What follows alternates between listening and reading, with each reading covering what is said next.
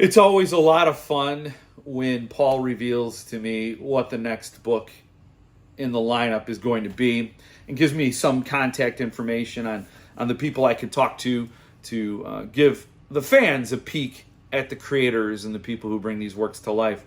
And when Paul shared with me the artist's name and some of the art, before I looked at it, I tried to visualize. Well, what do I think Hex should have? What style of art? And of course, I love Daniel Serra, and I thought it's got to be creepy and dark and evil and twisted. Um, and then I saw the work that Chris Berens did, and it wasn't what I thought at all, but it was exactly right. It clicked. This fairy tale, fantastic element of this art really did fit the story a lot better than what I had cooked up in my brain, which is why I'm not illustrating these books, for example. And so I reached out to Chris. He sat down with me for this interview. He was wonderful and magical, just like his work, and he brought a lot of depth and insight into the art that went into this book. And I hope you enjoy it.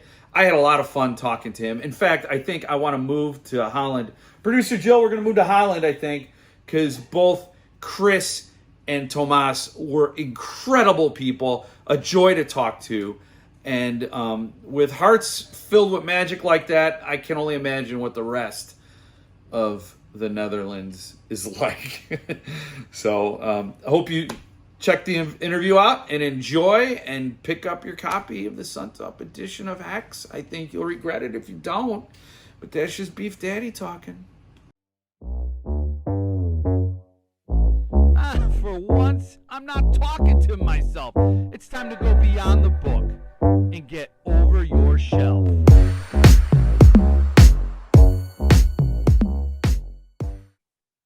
When did you know you were more a visual creature? When did you realize you were an artist? Oh, two different things for me. Being an artist and a visual creature. The visual creature that would be forever. I don't really. I've it's a way of the way my brain works, or I don't think when I make a grocery list, for example, I rarely use words. I make little drawings or sketches of where stuff is, and Cool. So I'm not really good with the words. I think I'm a storyteller of sorts, but not with words. So with images, and I have a lot of images in my head, and that's just the way I think, and I that's why talking is challenging, because my the things I think are actually on my what do you call those? Is that retina? Retina. Yeah, your eyes. Yeah. So I see my my ideas, and so it's crowded here. Yeah, I get it. I totally get it. But yeah, so that was a challenge for me when I was a kid and growing up to act like a normal human being. It still is. So being an artist, that was in my like mature life. I think when I was 25 or something.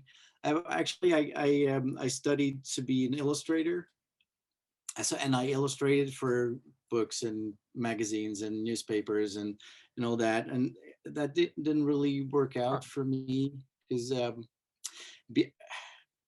I tend to look for the fairy tale aspect in things. And editors didn't really appreciate that. So they were trying to steer you one way. They were trying to tell you it's more like this, and you're like, but I'm seeing this. Exactly. And if I didn't see it right away, I was pushing it towards towards the fairy tales, towards something I would enjoy. So I had a lot of we had a lot of fights, and yeah. So then I got stuck with piles and piles of drawings and paintings that were in magazines and newspapers and books, and I was kind of fed up with at that point with illustrating, and I tried exhibiting them in a gallery, and that worked for me. It was a lot of fun, and I got a lot of great responses. So we went from there. Yeah, it wasn't really a plan.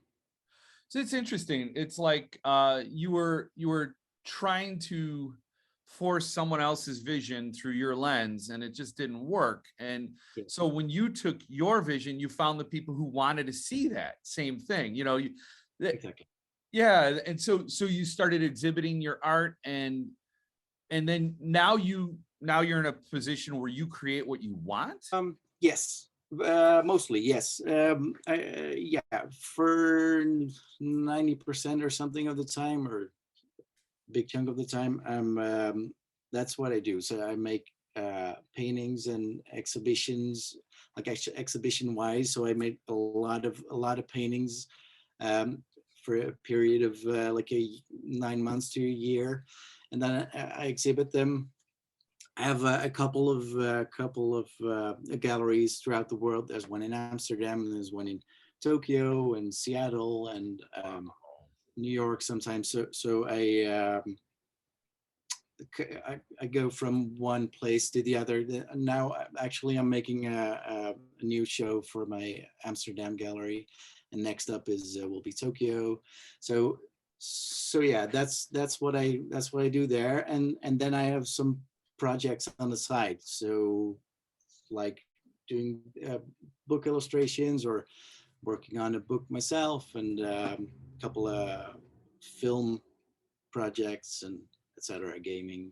So correct me if I'm wrong, but I could see your arc, your journey going from creating illustrations that people asked you to do. That really didn't work. So then you created the illustrations or the vision, the images that you wanted to express. And now people are finding you for those. So I can imagine, I'm just getting ahead of it. When you were asked by Suntup to work on Hex, I'd imagine Suntup chose you because your work fit their vision. So there's less conflict now. Exactly. Yes. Yeah, exactly. It's I've been still my vision of things and work is still evolving. Every time I make something, it's a little farther or sidestepping, or anyway, it's moving constantly. And I mean, I grow older and I learn stuff.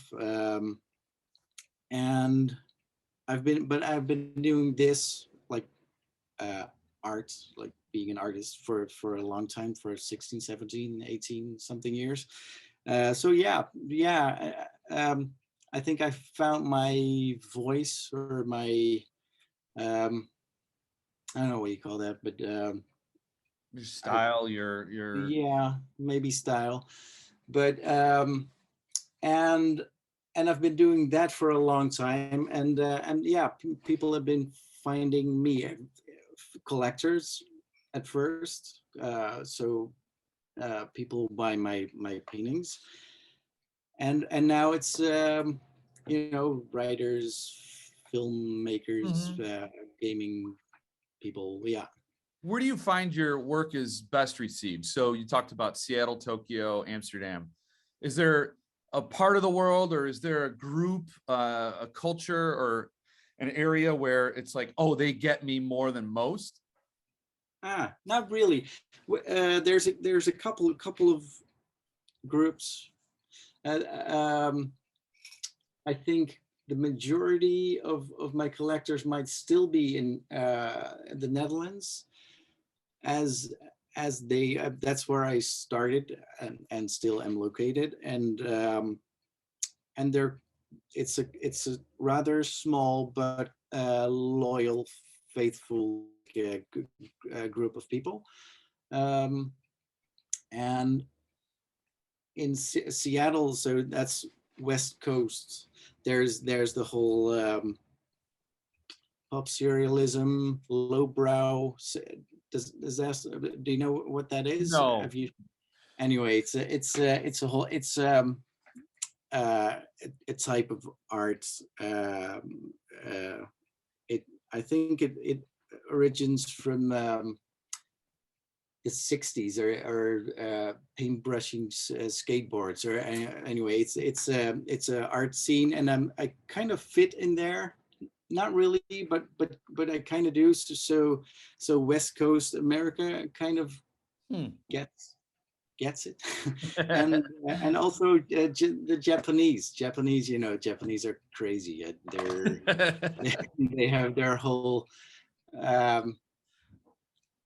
I mean, I'm crazy. Yeah. No, I think we're all weird. yeah. No, Japanese culture is definitely, it can be hyper. I think that's a good way for me to describe it as an outsider who doesn't know a whole lot about it. It's like really pushing visual to the limit. I think that's my perception. Obviously, there's a term for, I think there's a gamer term. I don't know if it's a gamer term, but for people who love Japanese culture, I think they're called weebs. Is that, Ian, is that true?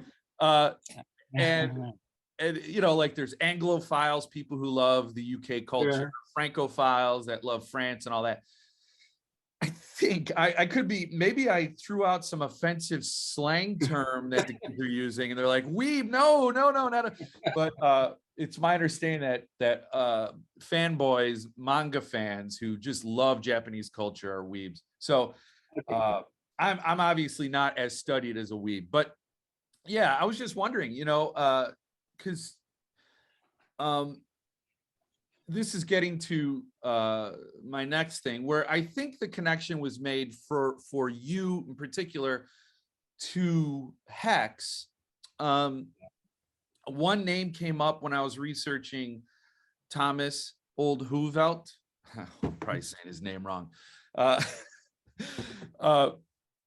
When I was researching him and researching you, Hieronymus Bosch was the thread that connected, because when he talked about the end of Hex, he wanted it to be a Hieronymus Bosch painting. Yep. And so, is that something you're like? I don't assume that you already knew that, but what do you think of? Because so, and then obviously he's from the Netherlands, and so are you, and Hieronymus Bosch, and so it feels very homebrewed, and yeah, like that's the epicenter of it. Yeah, it makes sense. Jeroen Bos, or Hieronymus Bosch, I think you pronounce it, is wait, how do you say it? We can educate people right now. No, it's fine. It's so I grew up where he lived and was born and worked, and yeah, it's definitely in my DNA or somewhere rooted, and that's one of the things I loved about Hex. Actually, there might be just the one version of Hex in English. There's two in Dutch. Right. The first one is totally absurd. It's actually an Jeroen Bos painting where he gets sucked into, and it's weird, it's scary, it's crazy, it's and I love that. I was completely gutted by it, and then he kind of changed the ending, because it was intense, and I think it was a good choice. In some ways, the new ending is even better. Anyway, as a Dutch guy, I think I understand. I kind of feel it. The original ending with the Jeroen Bos painting. I feel it, and if I would be a Japanese, I would kind of get it, because Japanese have the war twisted visual things, but the rest of the world, I think not so much. It's just, it would be. I could imagine it would be too weird. Yeah, there's a lot of press, a lot of discussion when it comes to Hex about the two endings, and how when when the author, how would you say his last name? Olde Heuvelt. Olde Heuvelt? Okay. Yeah. Yes, this is where my channel is where names go to die, unless it's Jeff Terry. I can't pronounce anything, but I understand why he did that, and there was a lot of discussion about why he took and he changed the setting and he changed the ending. He wanted to make it more relatable, but I'm always up for batshit crazy. I really am. So if there's something like Master and Margarita was translated from Russian, and it's crazy, and I love it. So I would love to at least have the option to read the Dutch language, the more literal translation. Yeah. Yeah, it's true. It's I'm not sure if it's that. I don't think it's that common to do that, to take the story and actually place it somewhere else. Right. To me, it was quite beautifully and intelligently done. And the thing that strikes me, or struck me as in Hex, was the fact that I could relate so much to it, as it takes place in a village I know, and it's near my parental home, so I can imagine it being the if it would have been translated like literally one-on-one, it would have worked, because it would have been exotic in a way. Yes. American readers, but also you would kind of, I think you would kind of miss out on some of the intended right stuff in the book, because it's all very exotic and very far away, and so I believe it's a bold choice. It's a good choice. But I can imagine it would be a lot of fun to read the original script. It totally. So you read this book before you were ever approached by Suntup? Yep. Yeah. I'm not really sure. I don't really remember how I got hold of the book, but Holland it's quite small, and so there's not a whole lot of writers. Well, there is, but I think I don't know. I might have heard, or someone gave it to me. Or anyway, so, and I knew Thomas is one of his short stories. I didn't actually know it was the same writer. It was the literal translation is "Fish in a Bottle." I'm not really sure what the English title is. Anyway, doesn't matter. I love that book, and I read Hex, and I was completely blown away by it. It's very filmic, like it's very visual, mm-hmm. but and also very. I like the fact that it's situated now, like and it's a fairy tale, but a fairy tale like gone wrong. Totally. And right.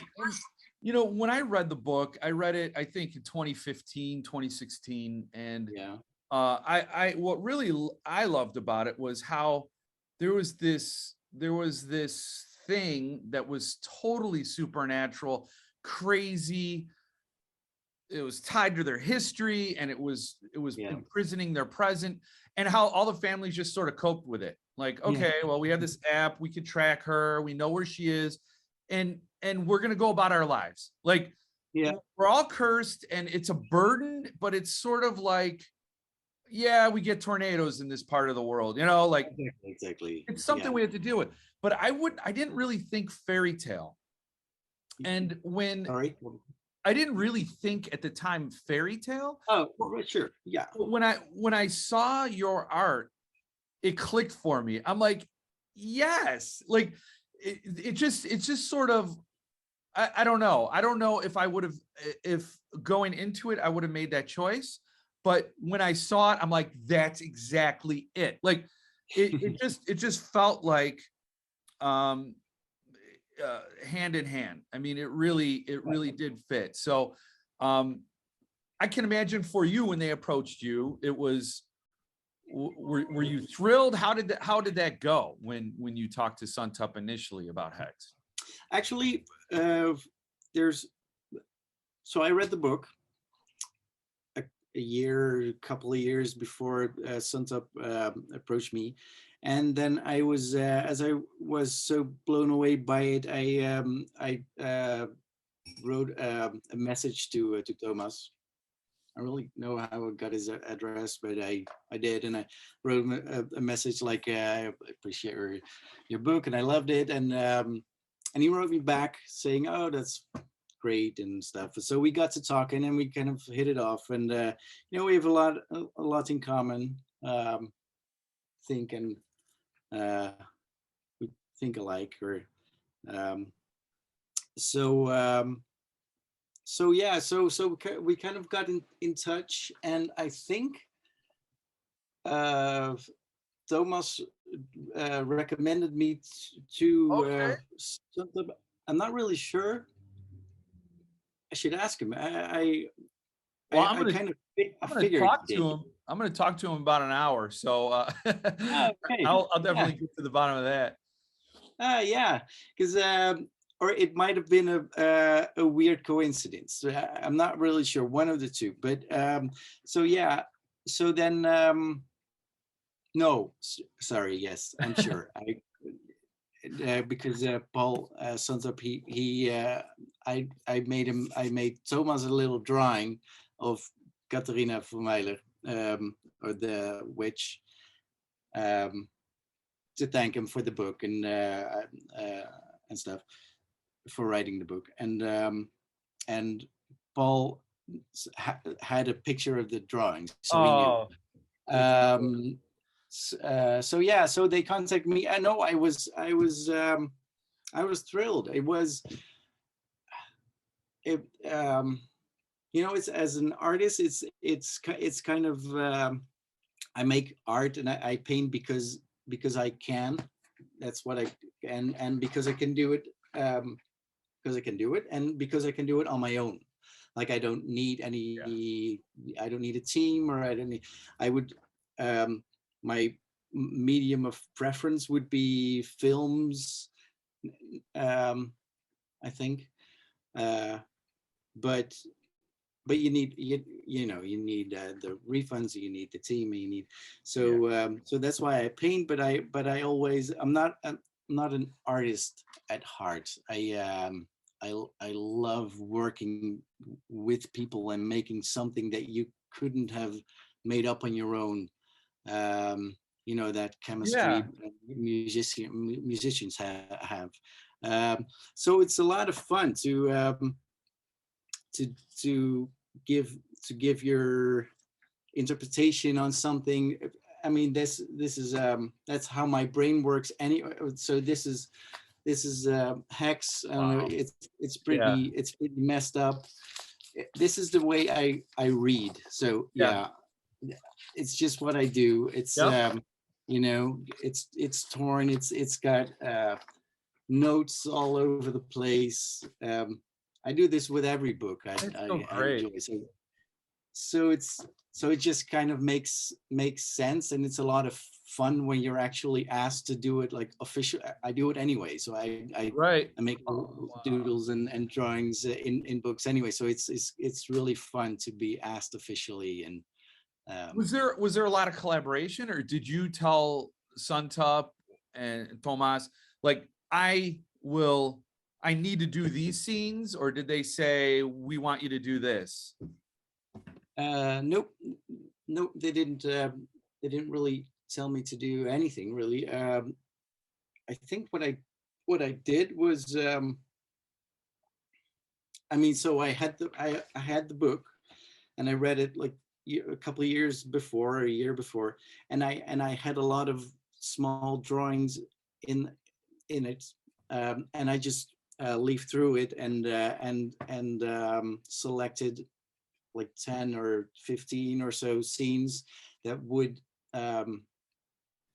that spoke to me most, like that would made the most sense.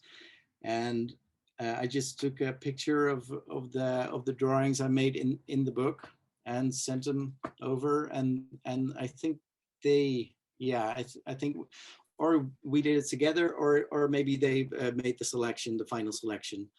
Cool. So yeah, that's how it worked. Yep. That's really cool. So had you ever heard of Suntup before, or no? No, actually, no, I haven't. No, that means virtually nothing, because I. No, it's fine. I mean, it's a publisher who started, who only made 185 books at a time. Then they made 250 books at a time. Out of the world, that's a drop. I mean, so it's understandable that you didn't hear right about them. Yeah, and no, so I haven't. They're making beautiful editions, but I hadn't heard from them before. No. You know, what's interesting is that when you held up that copy of Hex, my first thought was like, that is a loved book. That is a book that's been just absolutely loved. And then there are Suntup books that you cannot handle like that. Which there's two different ways of loving a book, right? There's the sort of your shelf candy you're taking down once in a while, you're flip through, and then there are the ones you just devour. Yeah. And I think for me it can be both. You can have both copies, but I'd imagine that you're not going to be taking notes. You're going to get Suntup contributor copies, I assume. And then, yeah, I guess, I don't know how that works, but you can't doodle in them. Or if you do, you know what? No, that brings me to my next point. I asked this of all the artists. A lot of the artists don't really know what this is, but if you're familiar with remarks, do you know what those are? Remarks? What? Yeah. So a remark is when the book, after it's published, gets an original drawing in there from the artist. So the artist will draw right in the book, or draw on acid-free paper and then ship it, and then the person glues it in, whatever. But a lot of the fans love this sort of stuff. So I'm just putting it out to you. If you're up for it, you could get like a lot of people asking you. Of course, it is a lot of work. You'd have to create an original piece and put it in and figure out what you're going to charge for it. But anyway, it's just putting it out there, because then it's okay to doodle in these books. Then it's okay to create sketches that people will want. It would be fun. I don't think it would be my call though. No. Oh, you could totally. It is your call if you wanted to, because it'd be totally separate from Suntup. Okay. So like the people would get the books and then they'd ship them to you, and you draw and create in them. Oh, okay. I understand now. I didn't. Yeah, makes sense. I've only done it once. I did it once with Jason Mowry for Red Dragon, the Suntup Red Dragon. So I sprung for it. And it's every artist has their own price scale. So that's up to you. I'm just putting it out there, putting it on your radar. I know a lot of people might ask, so I may email you later on to see what you think about it after you had some time to think about it. But Please do. Yeah. okay. So I don't know what's next for you. Do you have other books in the pipeline? Are you said you're going to go to one of your galleries coming up? Like what's up? Yeah, so my next show will be in February, so I'm working round the clock for that. Yeah, I have a lot of projects going on, but I always do so and I never I tend to not really talk about it much because I never really know where and when and how it's going to land. But yeah, I'm working on a book. That's actually quite a personal project. I'm doing that with my wife. Yeah, so we're writing together and I'm making the pictures, but that might be a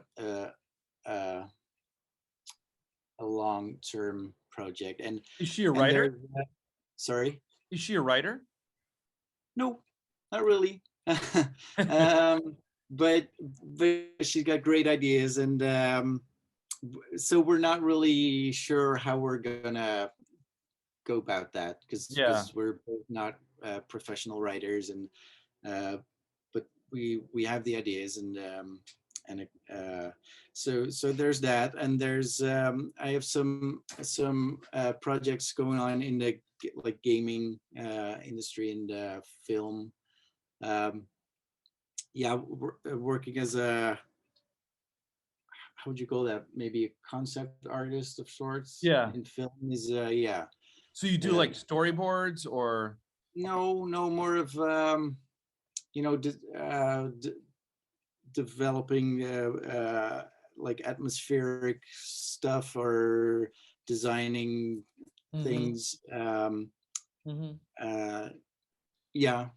So that's fun. I like to do more of that. And I'm making a film with a friend, but that's the same thing. It's a money thing, and it's a time thing, and I don't know.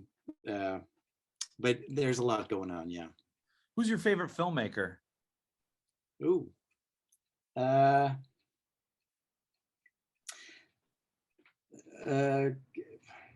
think Guillermo del Toro is someone who's so close to. Actually, I rather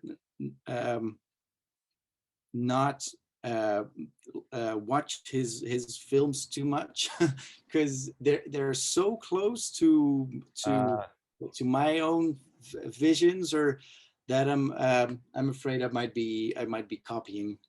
Yeah, that's interesting. Do you ever worry about that? Like when you see a finished piece, when you work on it, do you ever worry about, oh, that has too much of this, or do you worry about, because as a creative individual, you've got to be funneling through all your inspiration as well. Exactly. Yeah, no, that's exactly how it works. Yeah, no, I do. Yeah,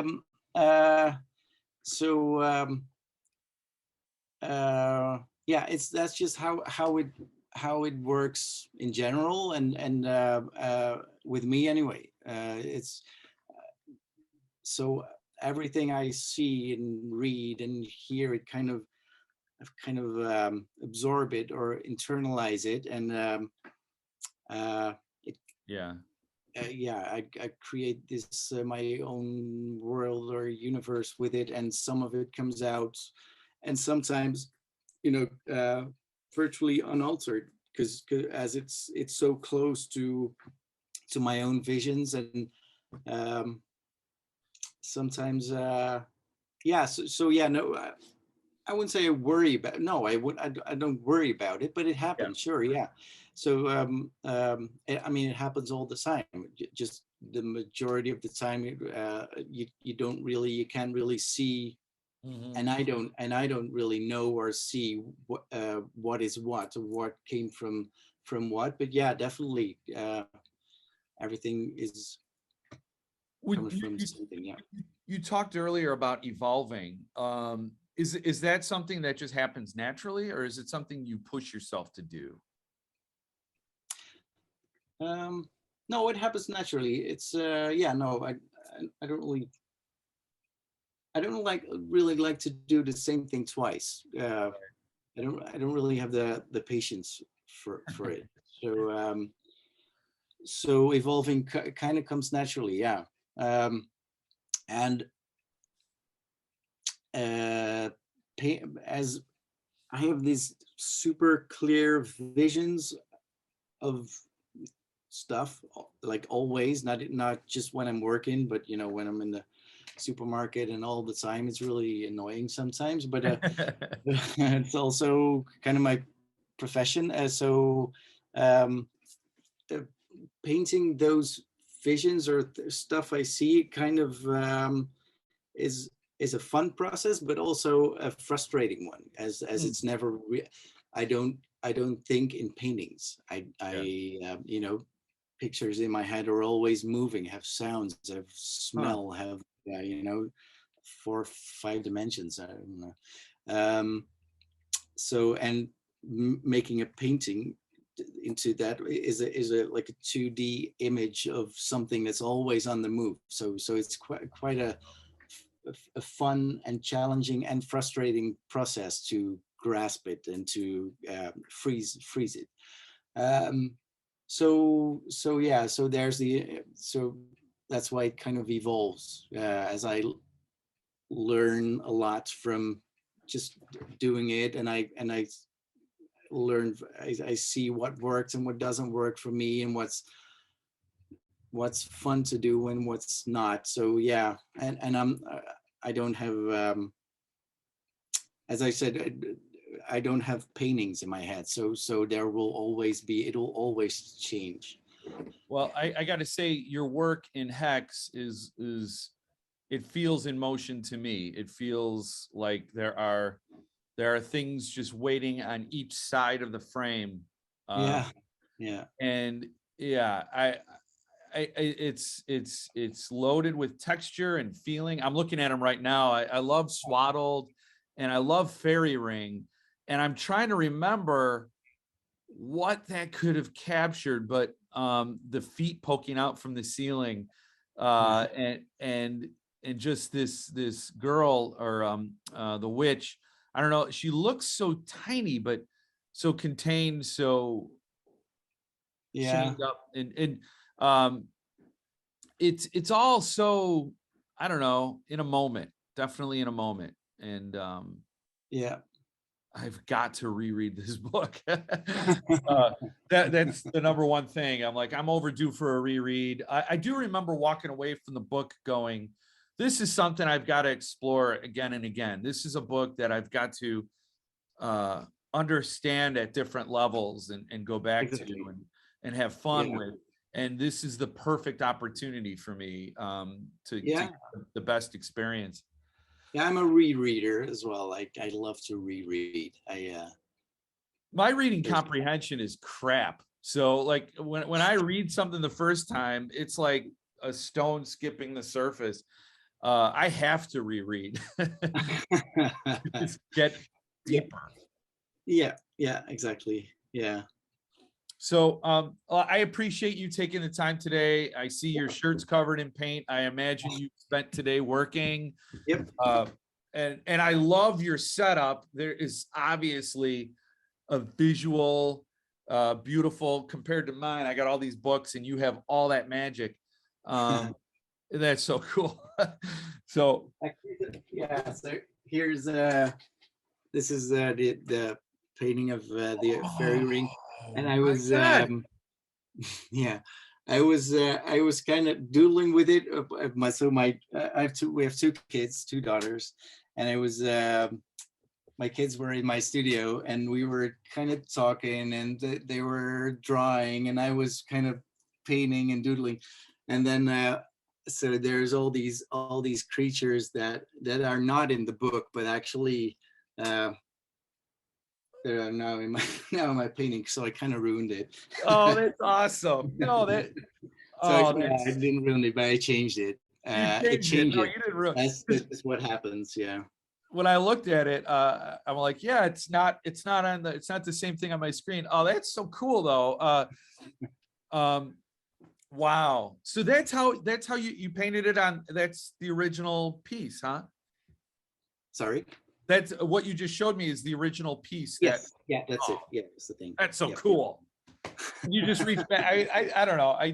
I think that's amazing. To me, it's all magic. It's all magic. Like this thing can't exist as an object in the world, and then be handled so casually. Like, oh yeah, it's just this. It's amazing. But that's cool. So you've made it. You're obviously not. Are you going to sell it? I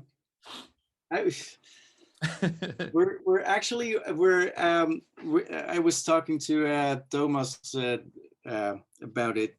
We as we live kind of close to one another, so I mean relatively, but so we might do something fun like I don't know, so exhibiting the paintings and also the book or something. We are thinking of something. We haven't really figured it out yet, but yeah. That would be a great event. Yeah, that's so cool. Because that's the one thing I do love about this whole small press, limited edition stuff is how this is the way for me words and images come together with art, with pieces of art. Now I know you said you see things in motion and all that. For me, this is the perfect balance of letting my brain process these things and letting the images heighten the emotion. It's like a perfect sort of, it serves the story. So that would be an awesome event. Both you and Thomas at showing these things. Yeah. Sell tickets to that. I will go. I don't know. I don't like planes, but I would make an exception for sure. But great. That'd be fun. Well, I appreciate it. This is awesome. I'm always a little bit elevated after talking to creative individuals who are genius, in my opinion. And I really look forward to getting this book in my hand. And I know a lot of collectors. Yeah, a lot of collectors are interested. I will follow up. I'll email you in case you are interested in doing remarks. And that's up to you. So I'll message that. But congratulations on a beautiful book. And thank you. I hope to get more of your work and have more opportunity to enjoy the worlds you create. Thanks. I had fun. Thank you. So awesome. I'm going to talk to Thomas next. Anything you want me to tell him? No, just tell him hi. We'll talk to him soon. Yeah. All right. No problem. All right. Well, take care and see you around. Thanks. All right. Bye. Bye.